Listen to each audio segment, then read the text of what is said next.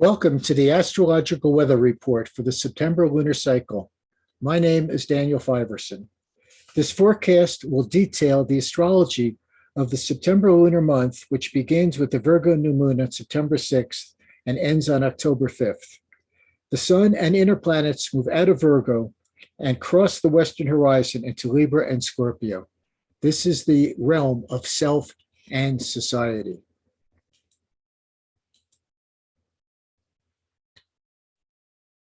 We encounter others for the first time in Virgo. An introspective Sun lingers a bit longer. However, Mercury, Venus, and Mars are moving ahead into the social sphere, meeting up with others and committing to relationship. Virgo is discernment of the self. Libra is balance with others, and Scorpio is the commitment of union to others. We all have the moon in our natal chart.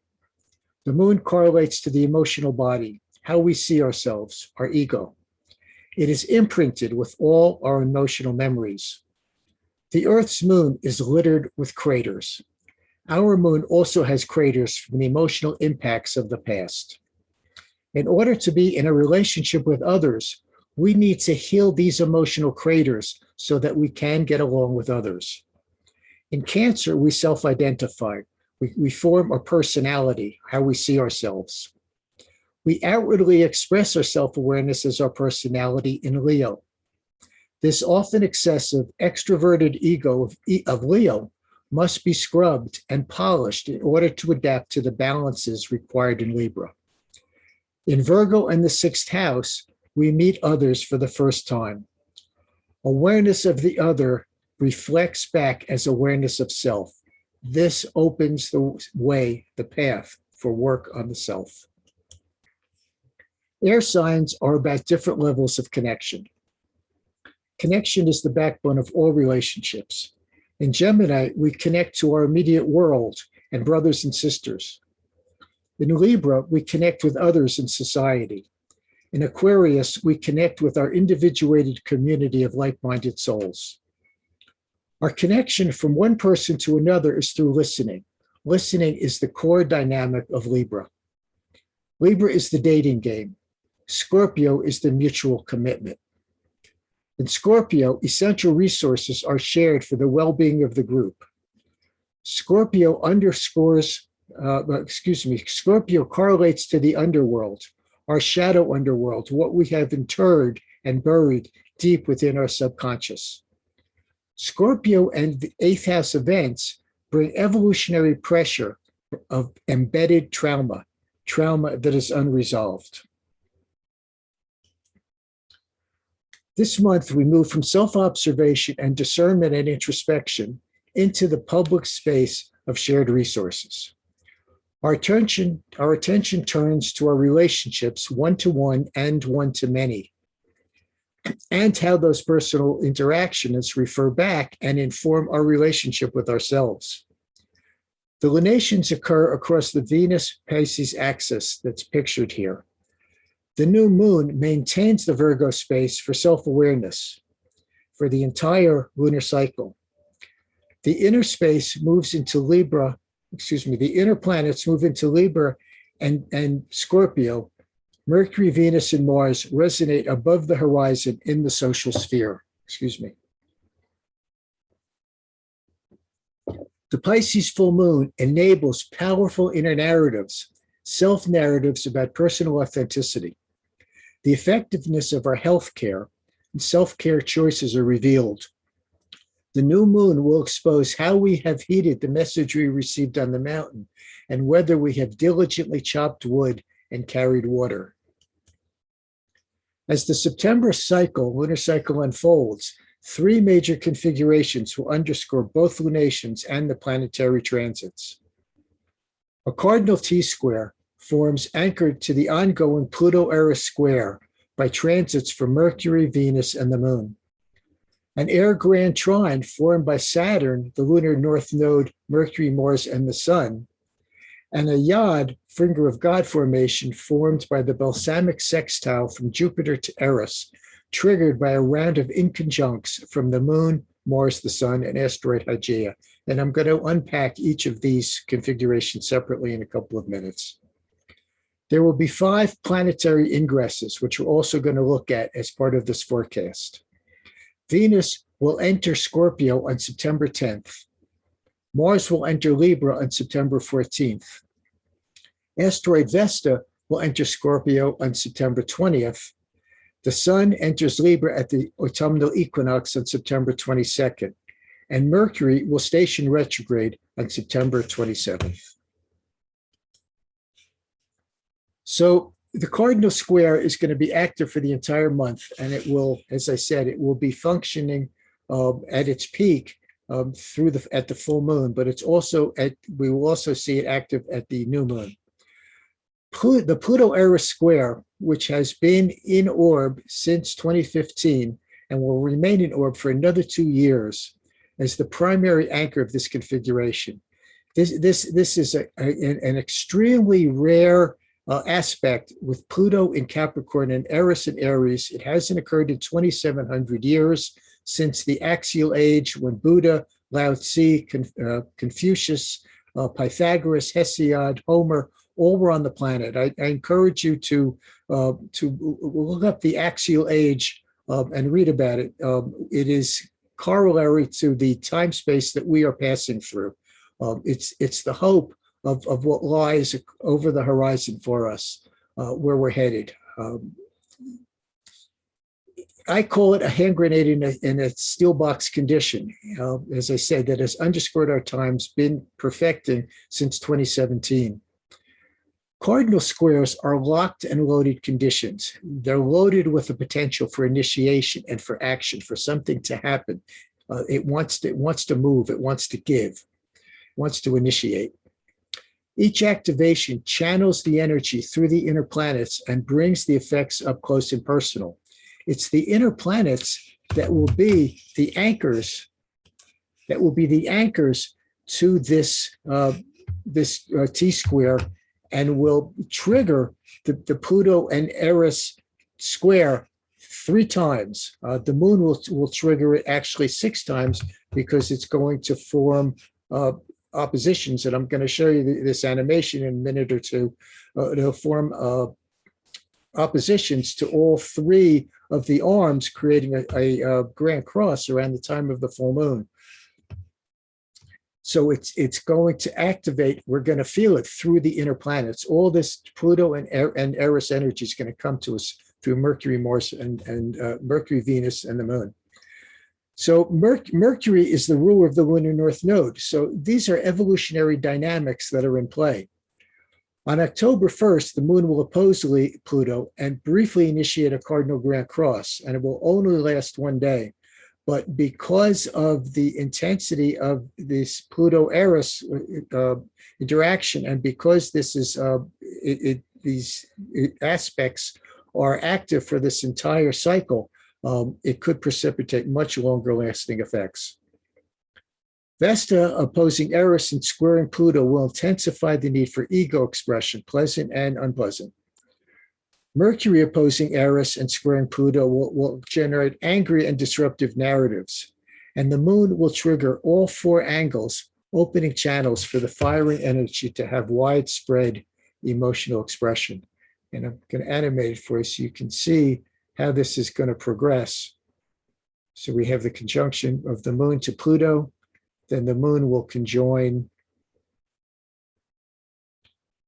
Eris. In the meantime, Vesta will hand off the other angle to Mercury. The moon will come around and form this grand cross at the end of the month, around October 1st, and then it will complete the cycle. The air grand trine persists throughout the month as well.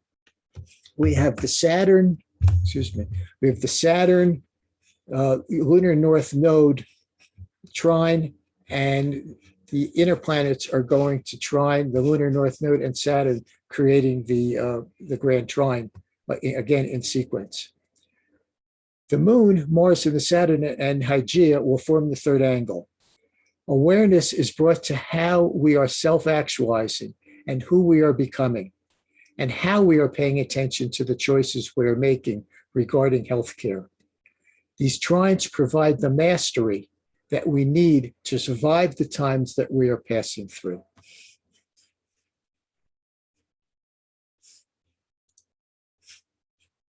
I'll play this so again you can see this play out. So we have the three kites, 6 passes of the moon over the angles of the trine, grand trine, and then Mars, Sun, and Hygeia triggering. We also have a yod formation, which is the combination of a sextile and two conjuncts. And the sextile is a balsamic sextile between Jupiter and Eris. And again, we've got inner planets and Hygeia as the focal point. The point that that in conjuncts the sextile is the focal point of the yod in each case. Mars, Hygeia, and the moon. The persistent portion of the yod, as I said, is the sextile of Jupiter in Aquarius to Eris retrograde in Aries, both of them retrograde. These are the same planets that are active in the grand trine, Moon, Mars, and the Sun, and Hygeia. The critical stress from Jupiter and Eris is embedded as the frequency payload that the inner planets carry. In other words, the inner planets over the course of this month are going to deliver personally all of the Jupiter and Eris dynamics to us through Mars, the moon, and the sun. Hygeia orbits at the center of this composite frequency. So we should expect these dynamics to alter the presence of COVID, but not necessarily in a good way. Jupiter makes things bigger. Eris makes things worse at first.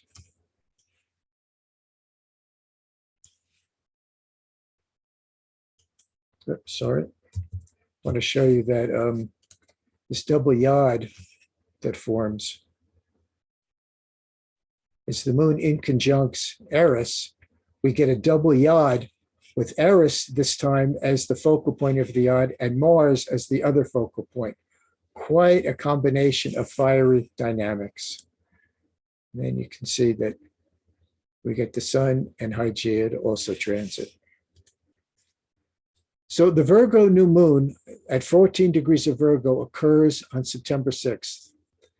Virgo in the 6th house correlate to work on the self. Excuse me.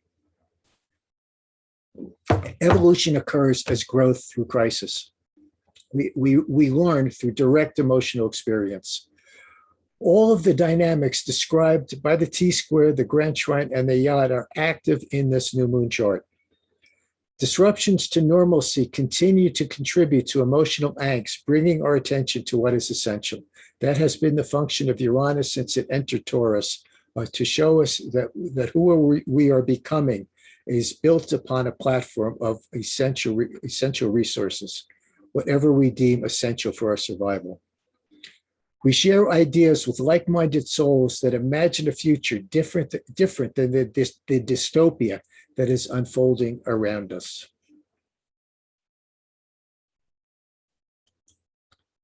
We have the opportunity to make more considered choices.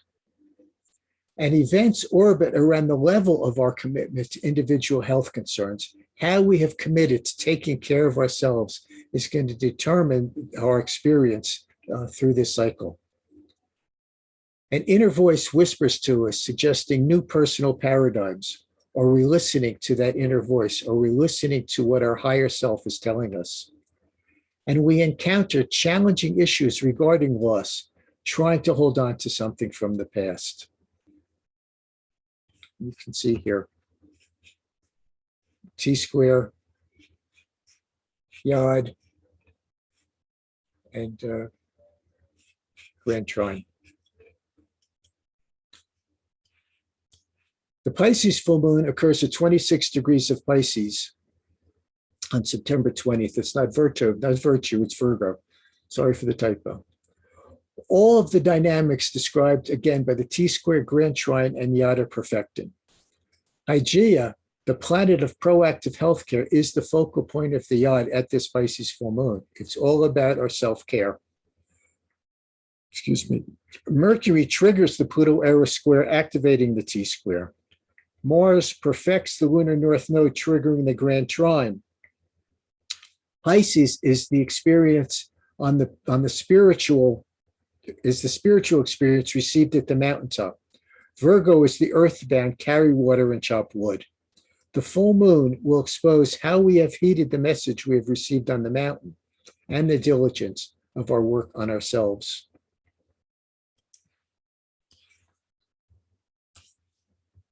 Messages from the subconscious can flood our awareness, suggesting new strategies to deal with ongoing crises.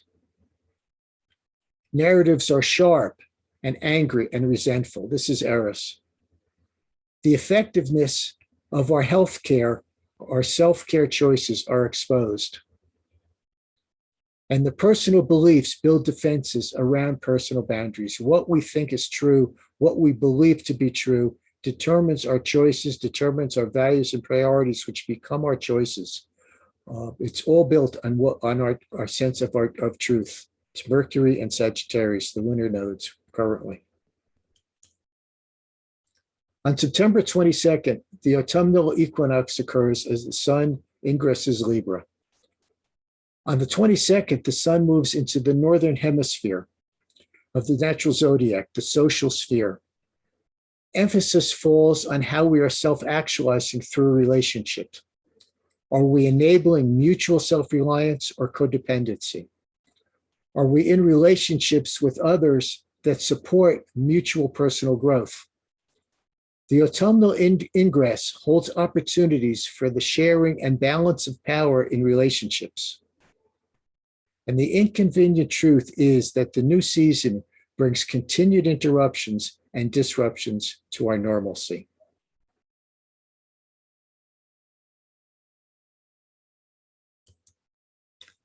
On September 27th, Mercury will retrace his path through Libra, stationing retrograde. A re-examination of our choices and efforts regarding past, present, and future come up for review. How does what we think and believe to be true encourage or interfere with our progress forward? In early October, angry and disruptive narratives ignite as the messenger god confronts Eris and Pluto with a boost from Jupiter. And Mercury turns direct on October 17th and completes his transit of Libra in early November.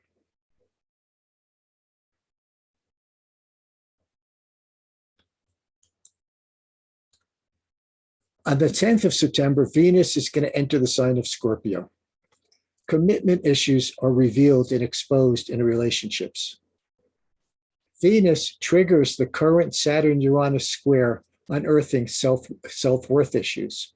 And I believe it will also agitate or trigger the polarity between those who want to go along with what consensus is asking in terms of healthcare, vaccine, social distancing, et cetera, and those who are not.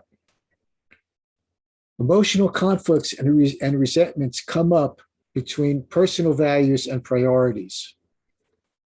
Crises expose how power is structured and shared, how individuality is expressed and supported. It stresses the need for better communications in existing relationships. And our personal values and priorities are infiltrated with new strategies. I'll play this so you can see how Venus will progress and make her aspects through the month, till the end of the month. This is only a portion.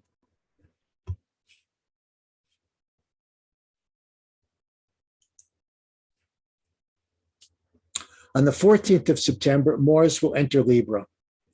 The evolutionary intent of Mars and Libra is to bridge the gaps with others.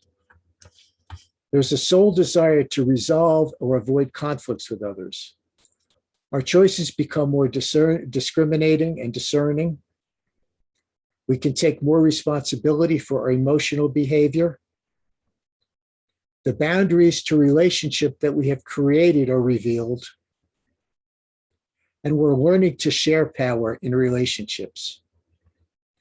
Events, quote, encourage us to become more proactive with our healthcare. And discussion about how relationships can grow into a better future will be part of the zeitgeist. We enter a new cycle of self-care choices. And opportunities arise to act on soul desires. Mars and Pluto is the soul desire dynamic. New strategies can be realized for dealing with current life crises. And choices and behavior can express as anger and resentment.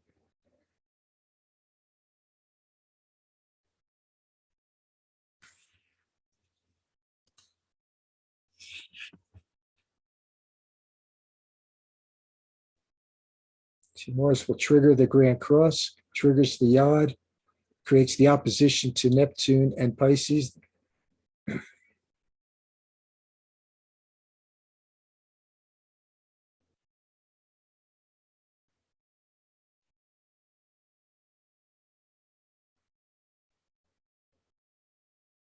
Conjoins with the Sun.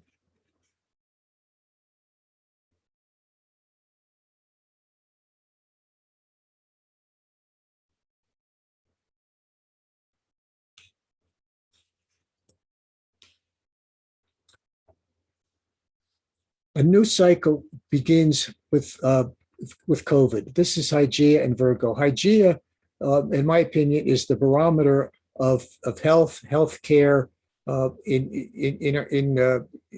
the chart. Neptune as well refers to pandemics, diseases in general, diseases of an unknown origin. It's all tied up. But Hygeia is about how we're taking care of ourselves. It's about proactive healthcare. Hygeia is the root word of the word hygiene. She was the daughter of Asclepius, the father of modern medicine. So a new cycle begins. It's under pressure. Hygeia is under pressure from Jupiter, Neptune, and Pluto, and they're all retrograde. Actually, all of the outer planets are retrograde through this lunar cycle, Jupiter through Pluto and Eris. Jupiter will continue to expand the growth of the variants, this inconjunct to Hygeia from Jupiter. And Neptune exposes the elusiveness of the virus and the exposure of the increasing lack of personal boundaries dealing with COVID, with this opposition to Neptune. And Pluto strengthens the infectiousness of new variants, and new strategies will emerge that deal with COVID.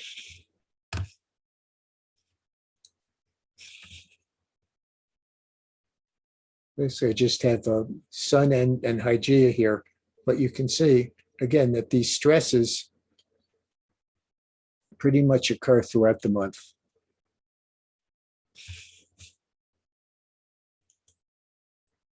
So what can you expect for your sign?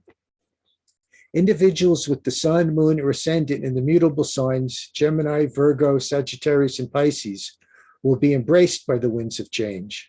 Allow the wind to carry you past whatever's holding you back. Just relax and float downstream.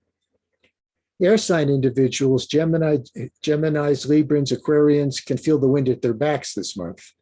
Spread your wings and catch the air. Use the power that is within you to achieve what you really want. Loosen your intellectual grip and listen to what your heart is telling you. Water signs, Cancer, Scorpio, and Pisces, will have a rare opportunity to see themselves as others see them. It's a deep dive. Take a deep breath and jump in. Fire signs, Aries, Leo, Sag, will also be gifted with a new dose of self-observation. Manifest an examined life. Earth signs, it's time for you to share your work. Put it out there and allow peer review to refine your opus. So we're all hoping for relief and release. We're reaching out for hope for a new utopia. And that utopia, that golden age is coming, but it is still somewhere over the horizon. The current reality that we're having to deal with is dystopia, not utopia. The critical crises we are experiencing, political duality and discordance, cataclysmic weather, loss of normalcy, the resurgence of COVID, are homeopathic remedies for the toxicity of our society. We are driven inward in order to recognize that we all share the same dream and the same pain. We're all in this together. The only difference is how we choose to deal with the pain and the details of the future that we are imagining.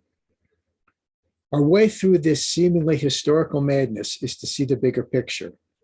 Then we can clearly see the emerging opportunities. Opportunities to not be at the mercy of public health and take better care of ourselves.